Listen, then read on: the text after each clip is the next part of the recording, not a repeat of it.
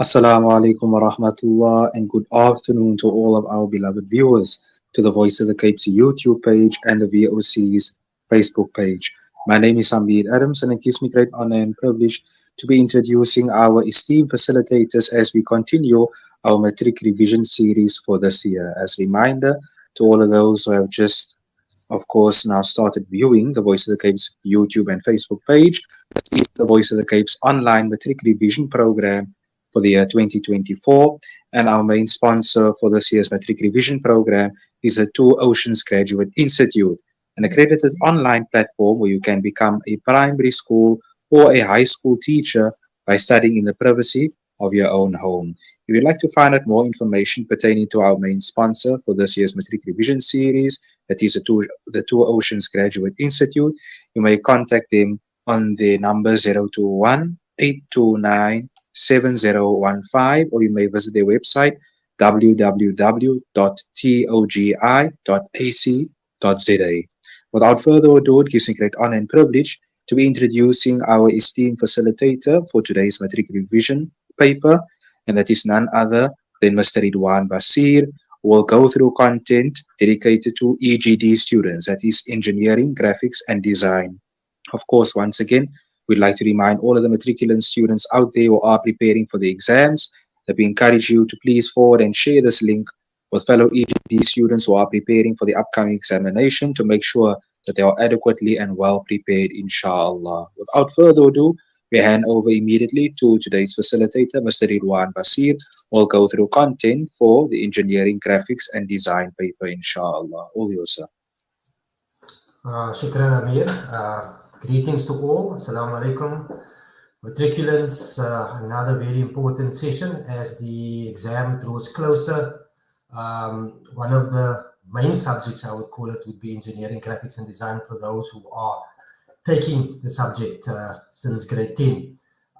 And today is going to be a slight change over, and you will see when I share my screen at the moment, just to bring you into the frame as to where we are and where we're going to and what we've covered thus far. You will see that we have now completed the civil drawing paper 1 paper of the engineering, graphics, and design subject, and we've covered question 1, 2, 3, and 4, and that would be all of these that you will see here on the screen.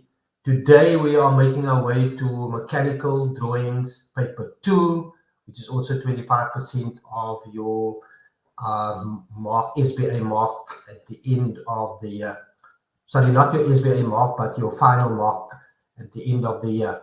So today we will be tackling question 1, which is analytical mechanical, very similar to the analytical civil in paper 1.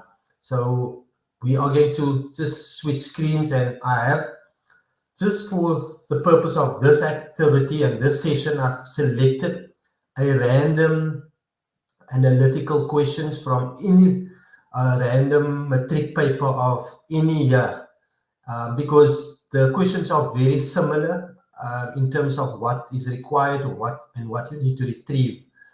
And you will find that amongst the 19 or 20 questions in some case, but it ranges from between 19, 20 or 21 questions, but not more than 22 questions. There will be from number 1 to a specific number, normally from 1 to 10 will be lower order questions, and then you will have middle order questions, which would be from 11 until about 15 or 16, and then you will have higher order questions which require you to be able to draw and label, and that's very important. So if you see it like that, you will be able to manage yourself through the analytical mechanical as we are going to make our way through it right now.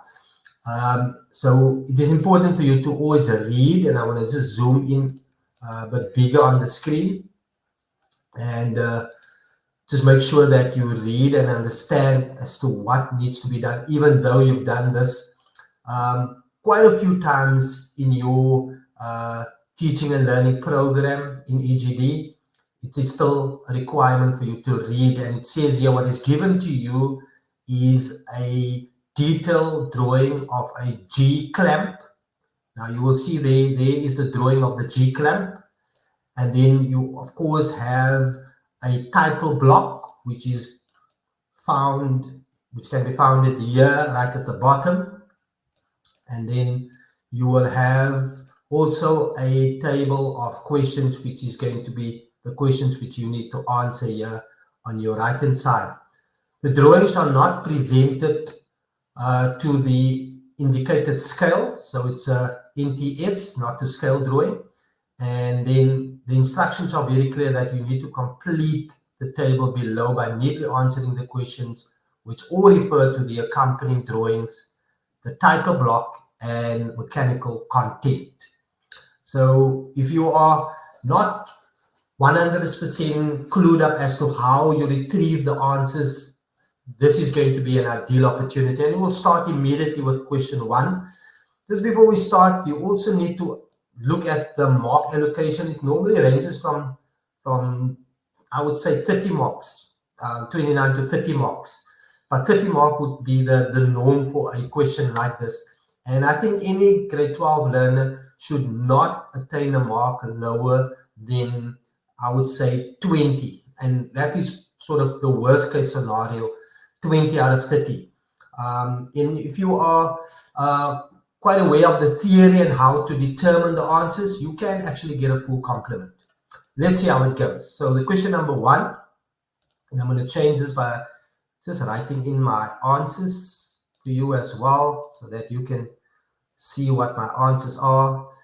So question number 1, which engineering firm prepared the drawing? So you have to just scan a bit on this page, and I'm going to go down to the title block here, and you will see that is the engineering, Rely Engineering, and that's the answer you are going to fit into this space over here. So I'm going to write here Rely Engineering, and it doesn't matter whether you write it in small caps or whether you write it in capital letters. It is basically the same. So yeah, I'm just going to write Rely Engineering, and that is going to allocate you 1 mark.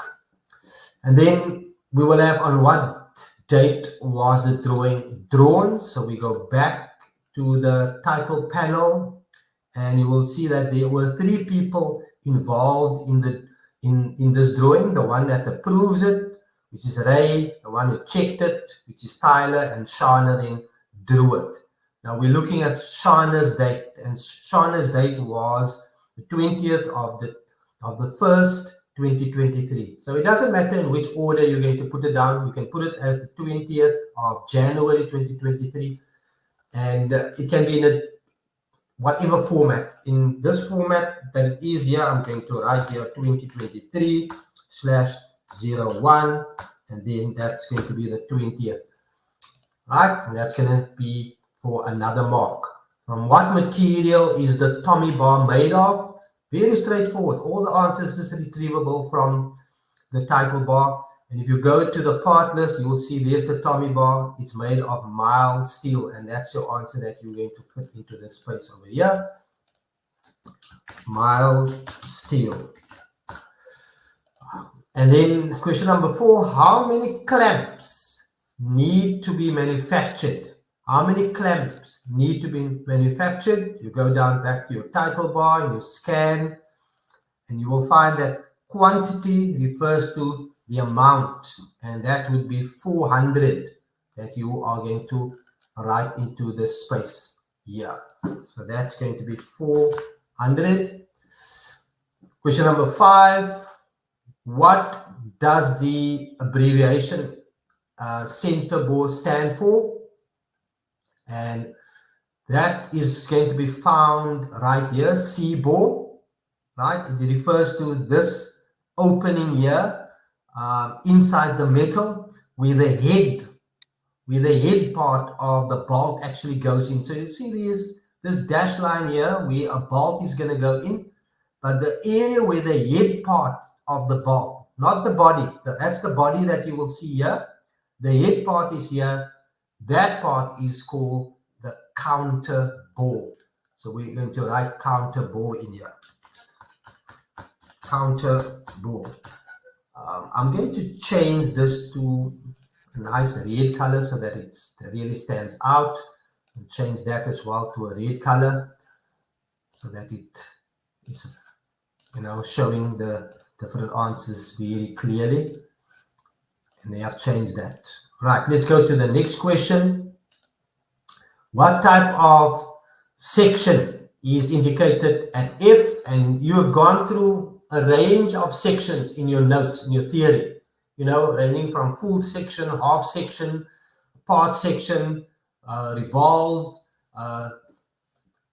staggered. All of those are different sections. So if we look at the one we are being requested to answer, which is going to be indicated by F, which is here, this is the section that shows you what the shape of that looks like.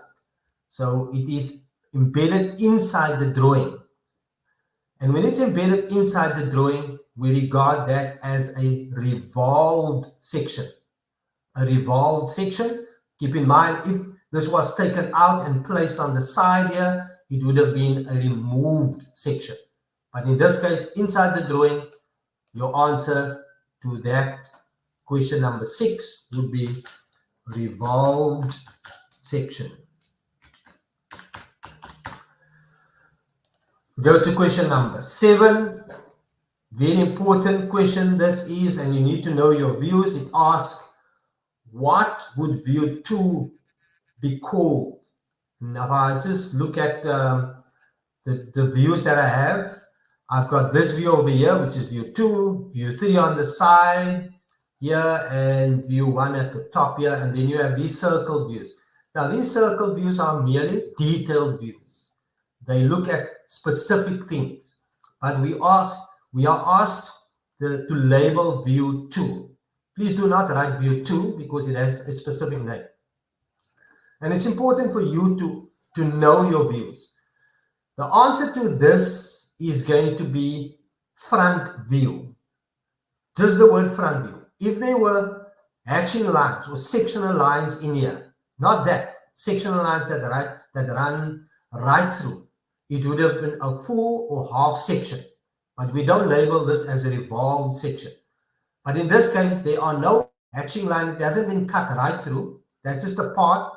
We only classify this to be a front view. Why is this the front view? And why is that not the front view? Because the view 1 is the top view, which is always on top of the front view.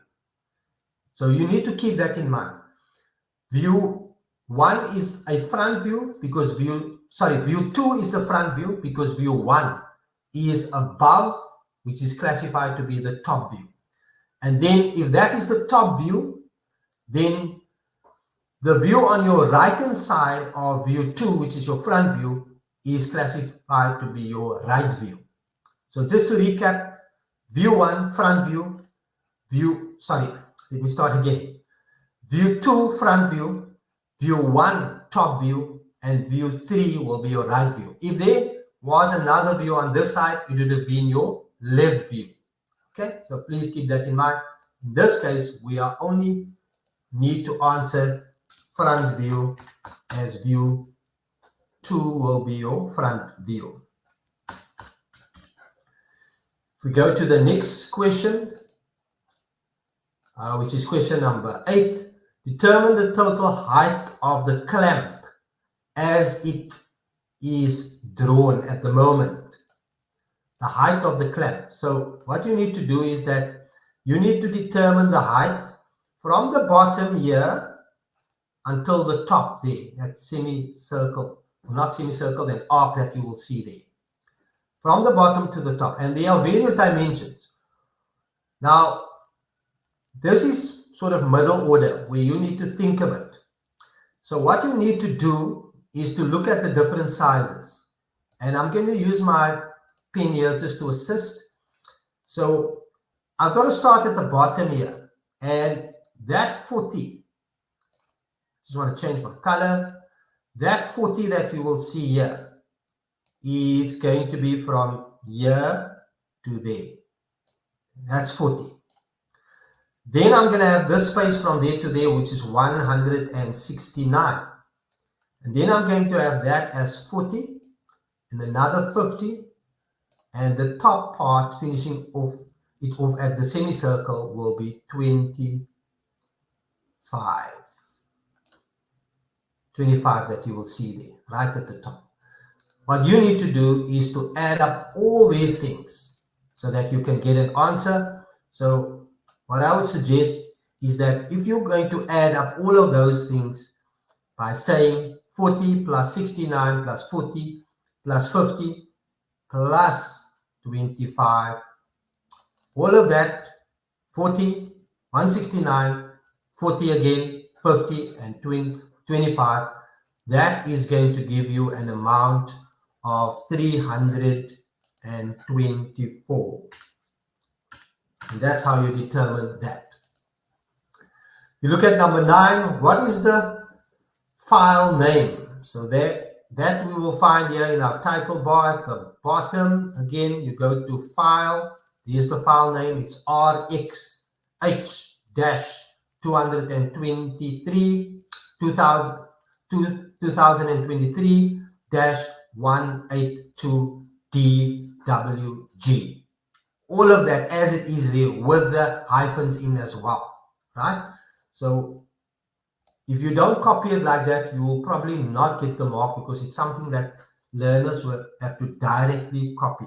So it's RXH, and then you will have a hyphen, and then 2023, and then you are going to have a dash again, and then you will have 182, and then there is a dot there as well. Please, the dot must be there as well if you look at it. And then you will have DWG. As it is there, it needs to be copied. If you leave out one of these components in this file name, you probably not get the mark because it's a fairly simple lower order question which must be copied. Number 10, what is the feature at E? So if you're going to the feature at E, you have to search where E is, and you will find that E refers to this knob component that you will see here, and the knob component has these lines that are diamond shaped. That specific part on that knob is called knurling, a knurling, and specifically in this case a diamond knurling.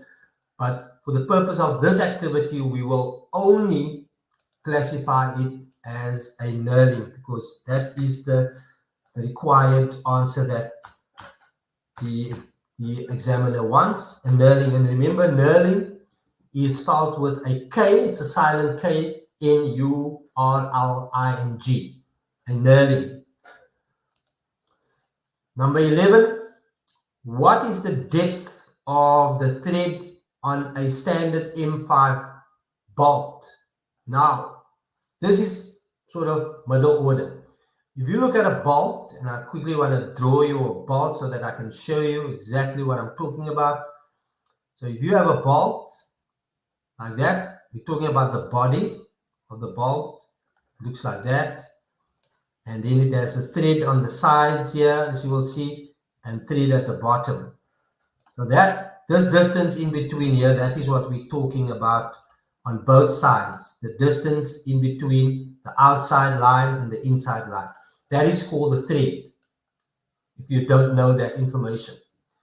So they want to know the depth of an M5. So if this is an M5 bolt, then remember 5 millimeter stretches from there to there, as my arrow is indicating on my drawing. From there, that point there to that point. That is what the M5 is reflecting. So how do you determine this threaded part there? That is determined by taking the M5, and multiplying it by 0,1. And that's a rule for calculating the thread, 0,1. Any given bolt size must be times by 0,1 to be able to get the thread. Right, so I'm going to write it out for you so that you know it for future references. It is 0,1 is the standard decimal that we use, times, and we're talking about an M5, but we only use the 5, and that's going to give you an answer of 0,5. Right? So this depth here is 0,5 if you do that calculation. Right, number 12. We need to determine the complete dimensions at A, B, and C. So you got to go search where A, B, and C is. We see B is here, and we find A is there. Now, this is the top view, and we need to get the distance across here. We're not going to find it in this view here because you got to scan. The examiner wants you to scan and test your ability to find information. And that's where analytical knowledge comes in. So if you scan this across, this is the upright version of that. So all you have to do is to scan down across here, and you will find that that answer lies right at the bottom, which is going to be 50 millimeters. Right? If you sort of draw a 45-degree line here, just want to show you. If you draw a 45-degree line there, and you basically sort of track, if you want to track where the line is going, just want to show you. You can draw a line from here till there, and then you can bring the line down. You can bring the line down, and you will see here. And the same thing applies if you do that, where you can sort of track. So that is how you get your answers, by measure of association and sort of comparing and aligning, I would say mostly. Right, we need to go to B. B is going to be, let me just put in the 50 for A first. So I'm going to go to A, which is 50, and I'm going to type in here 50 millimeters, 50. And then I'm going to go and find B. Now, B is this part over here. Very straightforward. You just look across, right? A line across, and you're going to find B is 40 millimeters. So we're going to go to B and type in 40 millimeters there. And then we need to go and look at where C is. If I scan where C is, C refers to this circle that you will see here. Now, if you line it down, it refers to this part that you will see here. But I don't see any dimension here. But if you scan across, we have something similar on this side, which is basically a round shape. And it represents this as well. So that is going to be the exact same thing that we are looking for. So the answer will be 30 millimeters, diameter 30. Diameter 30. So the diameter sign, I just want to show you the diameter sign. It's basically an O and then 30 millimeters. That's what you are going to have. Right. All right, let's move to the next question, number 13. What is the purpose of the detailed views? Why do we have detailed views? Why do you normally zoom in on your phone if you want to see something? You want to show it, or you want to find finer detail. So the purpose of detailed drawings on here is to show fine detail. That is your answer. Very straightforward. If you have a picture which is taken on your phone and you want to view some finer detail, you zoom in. And that is what detailed drawings, the purpose of detailed drawings on a particular drawing should be, and what the function is. Number 14, how many surfaces must need to be machined? how many surfaces must or need to be machined. So if you go to the machining symbols, you will find that the machining symbols are these little symbols that you will see here. That symbol over there, that's 1. And then we have another one over here, which is 2. We have a third one right here. That's third. And you're going to scan how many of these symbols do you have. And we have a fourth one right up here. And if you scan, you will find it's only those 4. Sometimes, I need to mention, when the component has an order of symmetry and it's sort of symmetrical, you will have to double up on certain components because of the symmetrical shape it has. But in this case, there's no symmetry here in this particular view, so you will find that you only count those that you see here. So your answer to that is going to be 4. And we're going to write in here 4. Question number 15. What is the size of the biggest workpiece that can be clamped? Now, this is a higher order question. You need to find what can you put in here? What can you clamp in here? Right? If you open this to its maximum. So if I open that to its maximum and I turn this and this goes back, I will find that the gap in between here is 169. Right? The gap from, just need to show you quickly, the gap from here right down to there is 169. There it is. But of course, this will stop here. So you're going to have that part which will stop there. So that part here is 25. So what you need to do is to take 169 minus 25, and that will give you 144. Let's write that in as an answer. And here, I'm going to write it full out so that you know. Let's go and just write in the answer. You're going to have 169 minus 25. And your answer there is going to be 144. Great. 4 more questions. With reference to the tolerance, determine the minimum dimension at D. So you're going to go find D first. Now I want to explain this thoroughly to you so that you understand and never forget this. If you go to D, because it tells you must go to D, you will find that D is actually the big number R25. So the size is 25, radius 25. But you will have, if you scan in closer, there will be plus 0,1, and then you will have at the bottom minus 0,05, right? The plus refers to the maximum or upper tolerance. The minus refers to the minimum or lower tolerance. In our case, they want the minimum. So what you need to do, should they ask for any one of the two, 25 plus 0,1, right? 25 plus 0,1 is 25.1. That is your maximum or upper.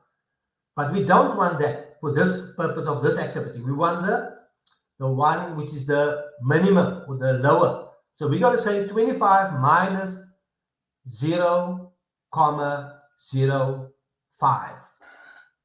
And your answer is going to be 24.95. And I'm going to write that out so that you know. So here we're going to have, by saying 25 minus 0,05, and your answer to that is going to be 24.95. And that is going to be your minimum dimension at D, right? And I'm writing it out in full with the answer so that you can be allocated 2 marks for that specific answer. All right, number 17 is quite straightforward. With reference to the machining symbol, and we go back to the machining symbol, what is indicated by the label N2? So we're going to go to the machining symbol here, which they have. Here's the machining symbol, very similar to the ones we counted because they are machining symbols. You will have N2 on there, the N2, and this is the content you need to go and study. You know, machining symbols and welding symbols, because they represent a certain function and certain dimensions and a certain work order and certain tools that must be used and the certain parts. So you need to go and study those, you know, and there are 2 specific pages in your workbook that you can study regarding welding symbols and machining symbols. In this particular instance, N2 refers to the roughness value, which we're going to put in there. Roughness value. That is what the N2 is sort of indicating on this machining symbol. Number 18. In the space provided below, here, where it says number 18, draw in neat freehand the convention for a bearing. Right? Now, learners, convention for a bearing, very simple. I just want to show you, and it must be done freehand. So your bearing, they only want the bearing, they don't even want it on a shaft, so you can draw it like this. It's a rectangular shape, and then there are 2 squares or rectangular shape at the top and the bottom. It is then crossed. Both are crossed, right? And then, of course, don't forget to put the center line in the middle, like that. Sorry. So that is your sand symbol for a bearing, which is number 18. And then very popular, which I think comes in every exam, is number 19, and you need to know how to draw this. It is your symbol, your sand symbol for the projection system used, and you must draw it in freehand. And how do you do that? There's 4 marks for that. So you start off by drawing a line, which is a center line. That's a center line, half a mark for that. Then a small circle around that center line. Then a bigger circle. So it becomes concentric circles as it is here. And then you have the truncated symbol, which you have a short replication of the small circle and a longer part for the big circle, and then the slanted sides, which you will have like that. And if you draw it freehand as that, as I have it on the screen here, you will get 4 marks for that specific number 19, question number 19. And if you just look at the memo, how it's doing and how the marks are allocated, you will see here that marks are allocated for the top and the cross and the sides and for your center line, and half a mark will be allocated for it being done freehand. The same here, freehand drawing. These red dots are all half marks, which amount to 4 marks for this question number 19 and 4 marks for question number 18. And that, my dear grade 12 learners, brings us to the end of this particular analytical question. This is one of the lower order questions in the paper, and one that I truly think that you should just nail very hard and get just a mark close to a full complement, if not a full complement at all. I hope that what we have discussed today and the answers will help you understand a few things that you perhaps did not know before, or things that you just needed some refresher on. And I hope that you will be able to battle with this in the upcoming EGD paper 2, and to be able to get a really good mark for this. All the best. I'll speak to you next week again when we are going to tackle question number 2, and that will be loci cams. And I'm looking forward to that session. All the best. Shukran for joining. MashaAllah, we say shukran, jazakallah khair, and thank you very much to Mr. Ridwan Basir for so beautifully facilitating today's session. Of course, all in the favor of all of our matriculant students who are doing EGD, Engineering, Graphics and Design. I hope that all of the beloved viewers of the Voice of the Cape's YouTube page and Facebook page have benefited. And as a reminder, this is the Voice of the Cape's online matric revision program for the year 2024, and proudly being sponsored by the Two Oceans Graduate Institute, an accredited online platform where you can become a primary school or a high school teacher by studying in the privacy of your own home. If you would like to find out more information, you may contact them on the number 021 829 7015, or you can visit their website www.togi.ac.za. Once again, as a reminder to all of our matriculants out there, we wish you everything of the very best as you prepare for your upcoming matric examinations. May Allah Almighty make it easy on you and grant you all the success. And of course, all of the matric revision sessions are on the Voice of the Cape's Facebook pages as well as YouTube pages respectively. You can of course see the content on the various subjects as you prepare for your NSC exams. We thank our esteemed Mr. Ridwan Basir once again for facilitating today's session. And of course, that was dedicated to all of the engineering, graphics, and design students. Until next time when we meet again, we say to you all the very best. Wassalamu alaikum wa rahmatullah.